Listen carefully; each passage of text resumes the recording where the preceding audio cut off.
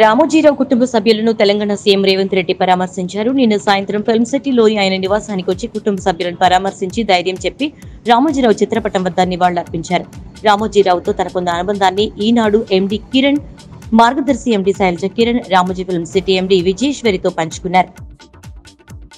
మోదీ ప్రధానిగా ఉన్నంతకాలం పార్లమెంట్లో ప్రజాస్వామ్యం విషయంలో బీజేపీ తీరు మారదని కాంగ్రెస్ నేత గౌరవ్ గొగోయ్ అన్నారు. గతంలో ఏకపక్షంగా బిల్లులను ఆమోదించారన్నారు. కానీ సంకీర్ణ ప్రభుత్వంలో అది సాధ్యం కాదని అభిప్రాయపడ్డారు. అప్పట్లో విపక్షాలకు చెందిన 146 మంది ఎంపీలను సస్పెండ్ చేసిన బీజేపీ ప్రభుత్వం ఈసారి 230 మందిని సస్పెండ్ చేయగలదా అని ప్రశ్నించారు.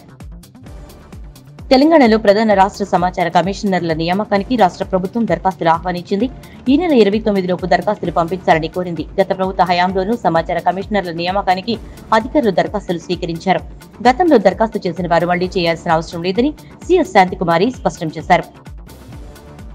వైసీపీ హయాంలో జరిగిన స్థానిక సంస్థల ఎన్నికల సమయంలో పుంగనూరులో అంజిరెడ్డి అనే టీడీపీ నేత తొడగొట్టి మీసం వెలేసి హాట్ టాపిక్ అయ్యారు. ఇప్పుడు చంద్రబాబు సీఎంగా ప్రమాణం చేస్తూ ఉండడంతో ఆ కార్యక్రమానికి రావాలని ఆయనకు ప్రత్యేక ఆహ్వానం పంపారు. టీటీడీ చైర్మన్ పదవికి భూమన కరుణాకర్ రెడ్డి చేసిన రాజీనామాను ప్రభుత్వం ఆమోదించింది. రాజీనామా ఆమోదిస్తూ ప్రత్యేక ప్రధాన కార్యదర్శి వల్వన్ నోటిఫికేషన్ ఇచ్చారు. రాష్ట్రంలో ఎన్డీఏ కూటమి అధికారంలోకి రావడంతో ఆయన తన బాధ్యతల నుంచి తప్పుకున్నారు. జూన్ 12న తెలంగాణ రాష్ట్ర వ్యాప్తంగా ప్రభుత్వ పాఠశాలలు ప్రారంభమవుతాయని మంత్రి పొంగులేటి శ్రీనివాసరెడ్డి తెలిపారు. పేద పిల్లలకు మంచి విద్య అందించడం లక్ష్యంగా అమ్మ ఆదర్శ పాఠశాలలు పనిచేస్తాయని చెప్పారు. గత బీఆర్ఎస్ ప్రభుత్వం విద్య నీటి సమస్యలను పరిష్కరించలేకపోయిందని విమర్శించారు. కాంగ్రెస్ ప్రభుత్వం అన్ని సమస్యల్ని పరిష్కరిస్తుందని హామీ ఇచ్చారు. కేంద్ర కేబినెట్ లో మంత్రిత్వ శాఖల కేటాయింపుల తర్వాత ఎన్డీఏ మిత్రపక్ష నేతలు నితీష్ కుమార్, చంద్రబాబు నాయుడు అసంతృప్తితో ఉన్నారని శివసేన నేత సంజయ్ రౌత్ ఆరోపించారు. మంత్రి పదవులు కేటాయించిన విధానం ఎన్డీఏ భాగస్వామ్య పార్టీలందరిలోనూ అసంతృప్తికి దారితీస్తుందని విమర్శించారు. వారందరినీ సంతృప్తి పరచడం మోదీ వల్ల కాదన్నారు. తెలంగాణ ప్రజలను దృష్టిలో పెట్టుకునే అభివృద్ధి విషయంలో ఖచ్చితంగా న్యాయం చేస్తారని కేంద్ర మంత్రి రామ్మోహన్ నాయుడు అన్నారు. రాష్ట్ర సీఎం, ఎంపీలెవరూ విజ్ఞప్తులతో వచ్చినా పరిష్కరిస్తారని హామీ ఇచ్చారు. కేంద్ర మంత్రిగా తనకు తెలంగాణ ప్రజలకు దగ్గరయ్యే అవకాశం దక్కిందని అభిప్రాయపడ్డారు. ఇరు రాష్ట్రాల మధ్య స్నేహపూర్వక అనుబంధం కొనసాగాలని ఆకాంక్షించారు. దేశ రాజధాని ఢిల్లీలో తీవ్ర విద్యుత్ సంక్షోభం నెలకొంది. విద్యుత్ అంతరాయంతో ప్రజలు ఇబ్బందులు ఎదుర్కొంటున్నారు. దీంతో సోషల్ మీడియా వేదికగా కంప్లైంట్లు పెరిగిపోయాయి. అప్రమత్తమైన ఆప్ ప్రభుత్వం సమస్య పరిష్కారం కోసం కేంద్రానికి లేఖ పంపింది. ఢిల్లీలో ఏర్పడిన విద్యుత్ సంక్షోభాన్ని వివరిస్తూ కేంద్ర విద్యుత్ శాఖ మంత్రి ఖట్టర్ కు ఆప్ మంత్రి అతిషి లేఖ రాశారు. తక్షణమే సమస్య పరిష్కరించాలని విన్నవించారు. ఏపీ ఎన్నికల్లో జరిగిన హింసపై సిట్ తుది నివేదికను డీజీపీ కార్యాలయానికి సమర్పించింది. ఐజీ వినీత్ బ్రిజ్లాల్ నేతృత్వంలోని 11 మంది అధికారులతో సిట్ను ఎన్నికల సంఘం నియమించగా వారు 264 పేజీలతో 2 భాగాలుగా నివేదికను రూపొందించింది. పల్నాడు, అనంతపురం, తిరుపతి జిల్లాల్లో జరిగిన పలు హింసాత్మక ఘటనలపై 37 కేసులు నమోదు చేసినట్లు సిట్ వెల్లడించింది. టీడీపీ కూటమికి కాపు బలిజ సంక్షేమ సేవా వ్యవస్థాపకుడు మాజీ మంత్రి హరిరామ జోగయ్య కీలక లేఖ రాశారు. రాష్ట్రంలో కూటమి పాలన పారదర్శకంగా ఉండాలని కోరారు.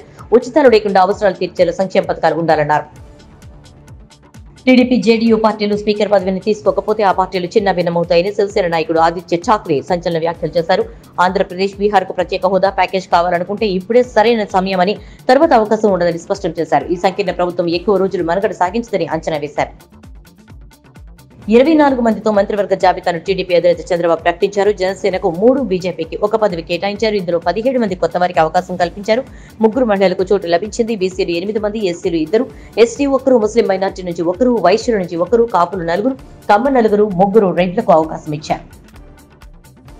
రాయ్బరేలీ, అమేథీలో తమకు గెలుపునకు కృషి చేసిన కాంగ్రెస్ నాయకులు, కార్యకర్తలతో పాటు ప్రజలందరికీ కృతజ్ఞతలు తెలియజేశారు. కాంగ్రెస్ ఎంపీ రాహుల్ గాంధీ అయోధ్యలో బీజేపీ ఓడిపోయిందని, ప్రియాంక గాంధీ అయోధ్యలో కాకుండా వారణాసిలో పోటీ చేసి ఉంటే ప్రధాని మోదీ ఓడిపోయి ఉండేవారన్నారు.